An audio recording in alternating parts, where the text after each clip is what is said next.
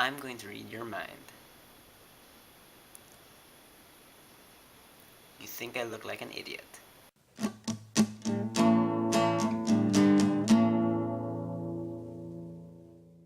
X-Men First Class is directed by Matthew Vaughn, was also written by Vaughn, Ashley Edward Miller, Zach Stentz, and Jane Goldman, and this movie stars James McAvoy, Michael Fassbender, Jennifer Lawrence, and Kevin Bacon.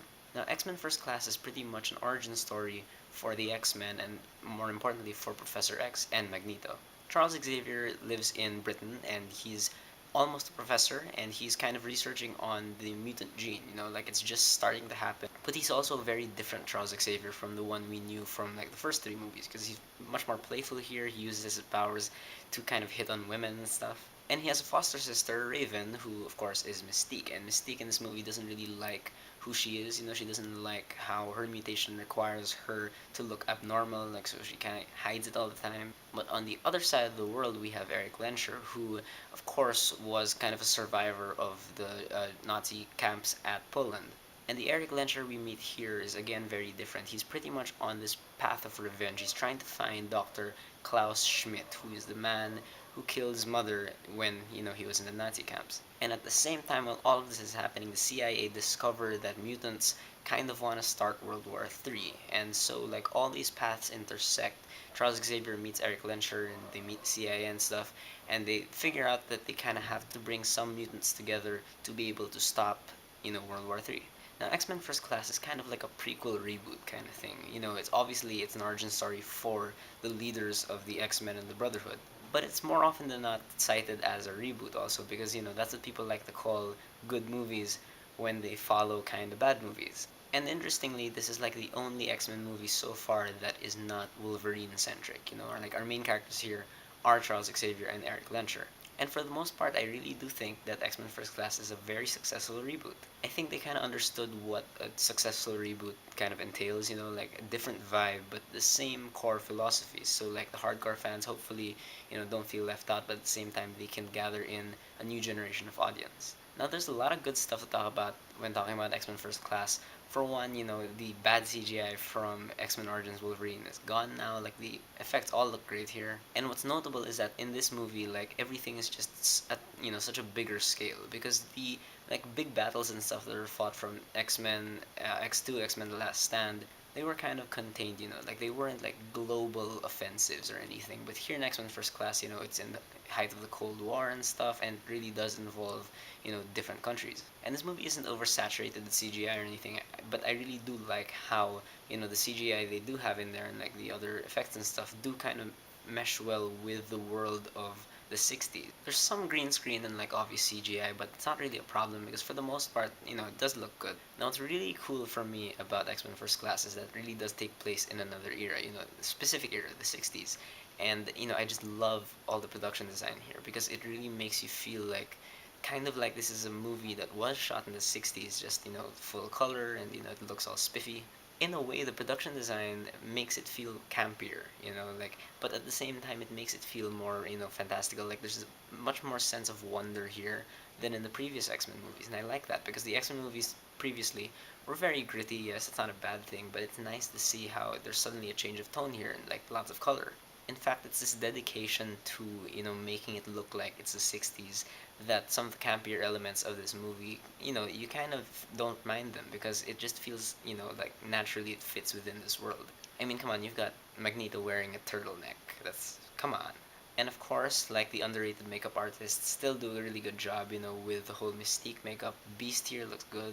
And I also think this movie's paced very well because, the momentum really does stay intact even when the movie's jumping from one country to another, which happens quite a bit in the early parts of this movie. But it never feels like you're switching from one track to another. Like, somehow you know that all this is connected. And what I like about, just the editing in general here is that neither James McAvoy nor Michael Fassbender overshadows the other. Like they really are the two main characters here. And while you could argue that James McAvoy is still really like the main character, it never feels like they're preaching that Professor X is like the correct one in this whole debate of, should humans coexist with mutants, or should mutants, be the rightful rulers. And I just want to bring back, mentioning the 60s again, because they have like certain transitions in this movie and certain like ways of framing like montages. Like it just feels very old school, and I like that. This movie also sounds very good. I don't usually comment about sound, but I thought it was cool how, when Professor X is doing his mind thing, like you hear the whispers and stuff, and it sounds very layered. It doesn't feel as concentrated as it does like in the first three movies. And that's one thing I enjoyed also about this movie, knowing that Professor X and Magneto weren't, as strong as they were in the first three movies. Like when Magneto's still trying to pull like a large chunk of metal, it really feels like he's, straining. Like you can hear it. And speaking of sound, the score by Henry Jackman is really, really good. Like for once, it really does feel anthemic. It also supports like the fantastical elements a bit more. Like again, the whole sense of wonder thing here, it really does feel much more optimistic than the other three movies. Now, in terms of the plot of this movie, honestly, it can be a bit wacky at times because you're dealing with the Cold War and stuff, and people trying to start World War III. It's kind of like a cliche at this point. However, like I mentioned a while ago, like the whole dedication to just feeling like the 60s really doesn't make some of these campy moments like that big of a problem.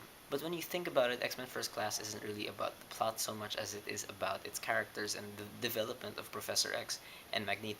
And I really gotta say, like the way they portray the characters of Professor X and Magneto in this movie, it's fantastic. Like it's really top-notch quality stuff. It's amazing because it's kind of easy to write two extremes like good and bad and just say that they're friends and we just have to kind of accept that as the audience. But here it really does feel like these two have accepted each other despite their differing worldviews. I absolutely love how they played with Charles Xavier's character here. Him being a more playful person, like Patrick Stewart is great, but he's like he doesn't really have that much to work with. But here, you can really tell that Professor X is just kind of gaining that wisdom.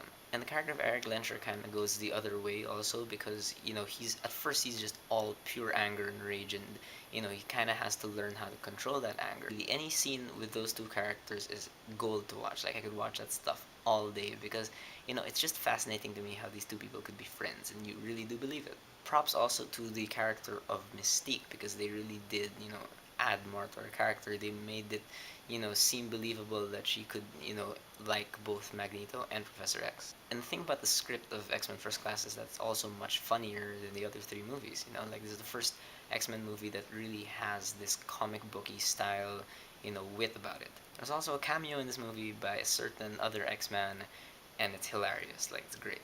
And going back to the characters, but this time from the perspective of the actors, the acting is incredible. Of course, Michael Fassbender and James McAvoy are fantastic in these roles. James McAvoy, especially, also because I don't know, it's just that he manages to balance that tone so well of him. Number one, being playful, and number two, like being dead serious about his mutant business. Like he's not just lovey-dovey to his sister all the time.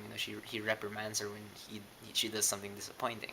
Michael Fassbender speaks a lot of languages in this movie, and he manages to make everything sound really sexy.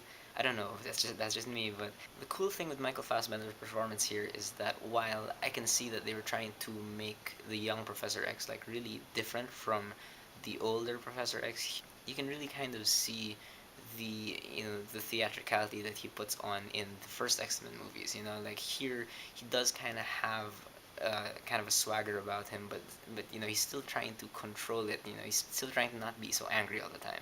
And again, of course, Jennifer Lawrence does a great job. So much so that when she's in a room with the other young mutants, like she just completely overshadows them. She's great. She doesn't just play Mystique as like a happy-go-lucky girl. She really does have issues.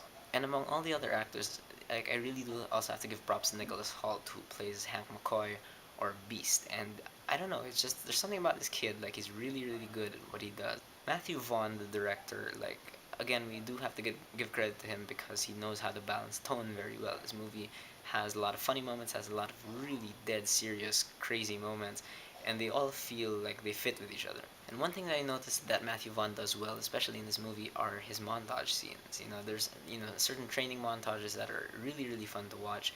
But like the one montage scene I'm thinking of is when Professor X and Magneto go around trying to recruit mutants. That scene, I think it's probably my favorite scene in the entire movie. It's so great. It's just fun to see Professor X and Magneto doing stuff together and having fun with it. You know that? And I also have to, give Matthew Vaughn the credit for making these two characters so balanced.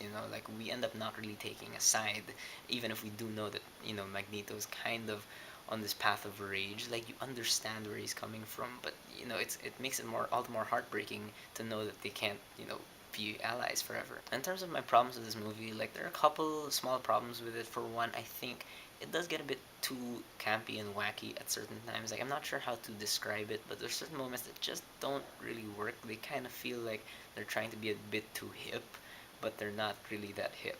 But my bigger problem with this movie is that the other characters, aside from Professor X and Magneto and Mystique, they're all completely forgettable, honestly, for me at least. Because Professor X and Magneto could recruit a bunch of mutants, and you don't really care about them so much. Like they don't really get that much personality.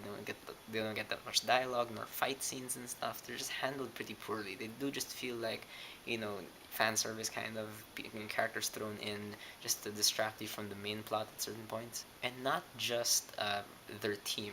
Like even Sebastian Shaw. Kevin Bacon's character. I didn't think he was a very compelling villain at all because his only motive was he wanted to start World War III, and that's so 60s camp, but yeah, I can understand that. It's just that, when you compare him to the power of, Professor X and Magneto, like, there's absolutely nothing. Oh, and Sebastian Shaw's crew, like, eh.